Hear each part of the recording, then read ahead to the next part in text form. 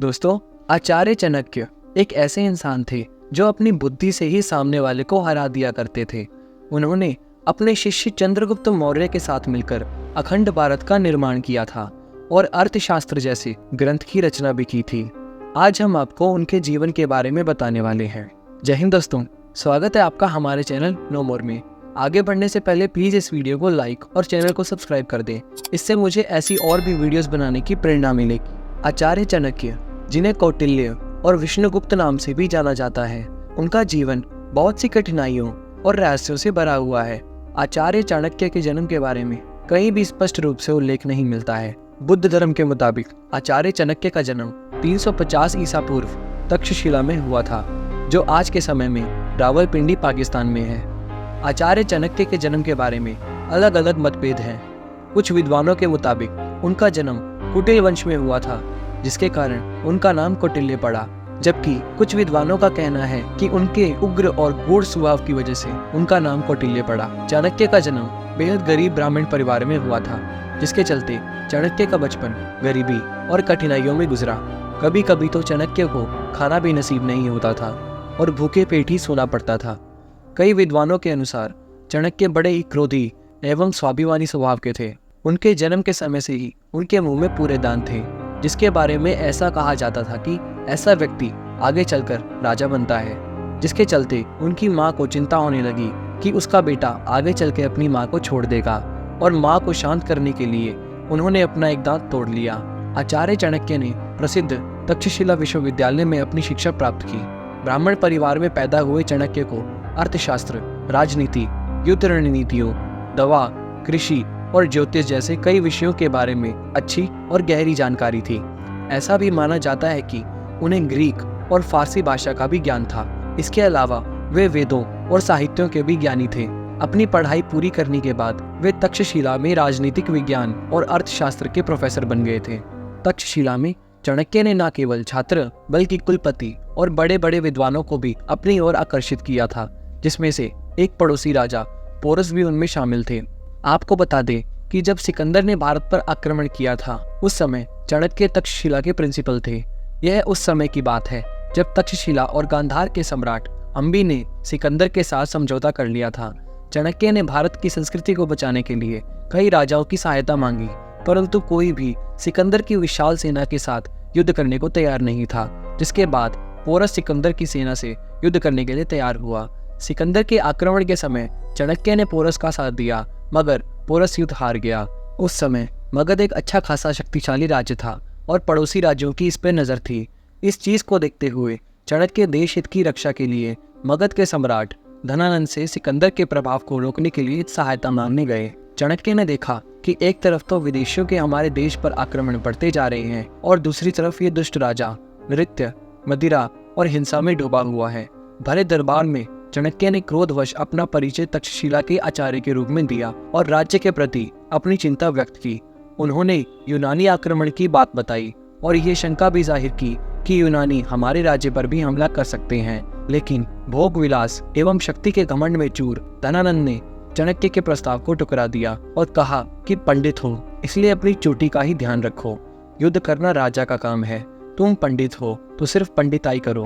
भरी सभा में धनानंद द्वारा लज्जित और उपहास का पात्र बनने पर चाणक्य ने अपनी शिखा खोलते हुए प्रतिज्ञा ली कि जब तक मैं नंद वंश का विनाश न कर दूं, तब तक अपनी शिखा नहीं बांधूंगा। इसके बाद धनानंद ने चाणक्य को गिरफ्तार करने का आदेश दिया, परंतु चाणक्य धनानंद के पुत्र पबत्ता की मदद से बच निकले। पबत्ता धनानंद का पुत्र था, जो कि आगे चलकर राजा बनना चाहता था, परंतु अपने पिता के साथ नहीं रहना चाहता था। चाणक्य ने इस चीज का फायदा उठाया और उसे अपने साथ मिला लिया। आचार्य चाणक्य राज्य से निकलकर विंध्या जंगलों में चले गए। वहां पर उन्होंने एक गुप्त तकनीक का उपयोग करके 800 मिलियन से भी ज्यादा सोने के सिक्के बनाए। यह तकनीक उन्हें एक सिक्के से 8 सिक्कों में बदलने में मदद करती थी। इन सिक्कों को छुपाने के बाद वे एक योग्य व्यक्ति की तलाश में निकल पड़े, जो कि राजा बन सके। उन्होंने एक दिन बहुत सारे बच्चों को एक खेल खेलते हुए देखा, जिसमें चंद्रगुप्त नाम का एक लड़का राजा का किरदार निभा रहा था और बहुत ही अच्छे तरीके से अपने साथी दोस्तों को आदेश दे रहा था। जब चाणक्य की चंद्रगुप्त से मुलाकात हुई तो चंद्रगुप्त महज 9 साल के थे। चंद्रगुप्त का जन्म शाही परिवार में हुआ था, लेकिन उनके पिता के युद्ध में देहांत के बाद देवताओं ने उनकी माता को चंद्रगुप्त को त्यागने के लिए कहा, जिसके बाद एक शिकारी ने चंद्रगुप्त की परवरिश की। वह उसे काम के बदले में पैसे दिया करता था। चंद्रगुप्त वहीं अन्य शिकारी लड़कों के साथ खेला करता था। चाणक्य चंद्रगुप्त की प्रतिभा को समझ गए थे, इसलिए उन्होंने उसे अपने साथ मिलाने की सोची और शिकारी को 1000 सोने के सिक्के देकर चंद्रगुप्त को अपने साथ ले गए। चाणक्य के पास अब 2 शिष्य हो गए थे, पबत्ता और चंद्रगुप्त। चाणक्य को दोनों शिष्यों में से एक को चुनना था जो कि धनानंद के बाद राजा बन सके। उन्होंने दोनों को गले में डालने के लिए एक एक धागा दिया और एक दिन उनकी परीक्षा लेने का फैसला किया। जब चंद्रगुप्त सो रहा था तो चाणक्य ने पबत्ता को बुलाया और उसे कहा कि इस धागे को बिना तोड़े और बिना चंद्रगुप्त को जगाए उसके गले से बाहर निकालो, जिसमें वो असफल रहा। यही प्रक्रिया चाणक्य ने चंद्रगुप्त के साथ भी की। जब पबत्ता सो रहा था तब उन्होंने चंद्रगुप्त को बुलाया और उस धागे को बिना तोड़े और बिना पबत्ता को जगाए उसके गले से बाहर निकालने को कहा। चंद्रगुप्त ने पबत्ता का सिर काटकर उस धागे को निकाल लिया और अगले 7 वर्षों तक चाणक्य ने चंद्रगुप्त को राजकीय कार्यों के लिए तैयार किया और उसे आगे की पढ़ाई के लिए तक्षशिला विश्वविद्यालय में भेज दिया। जब चंद्रगुप्त बड़ा हो गया तब चाणक्य ने उन छिपाए हुए सोने के सिक्कों को बाहर निकाला और एक सेना तैयार की। चाणक्य ने गांव-गांव जाकर लोगों को चंद्रगुप्त की सेना से जुड़ने के लिए कहा। जब उनके पास एक बड़ी सेना तैयार हो गई थी तब उन्होंने धनानंद की राजधानी पाटलिपुत्र पर आक्रमण कर दिया, जिसमें चंद्रगुप्त की सेना की हार हो गई, जिसके बाद उन्हें काफी समय तक वेश बदलकर रहना पड़ा। एक बार चाणक्य और चंद्रगुप्त एक गांव में वेश बदलकर घूम रहे थे। वहां पर उन्होंने एक औरत की बात सुनी जो अपने पुत्र को डांट रही थी। उसका बेटा गरम खिचड़ी को बीच से खाना चाहता था, जिससे उसका हाथ जल गया था। उस औरत ने अपने बेटे को कहा कि तू चाणक्य की तरह मूर्ख है क्या, जो किनारों से खाने की बजाय बीच से खाना चाहता है। आचार्य चाणक्य को ये बात समझ में आ गई। उन्होंने उस औरत के पैर छूकर कहा कि माता आपने हमारी आंखें खोल दी। इसके बाद उन्होंने एक नई सेना तैयार की और राज्य के सीमावर्ती क्षेत्रों पर हमला किया और जीतते चले गए।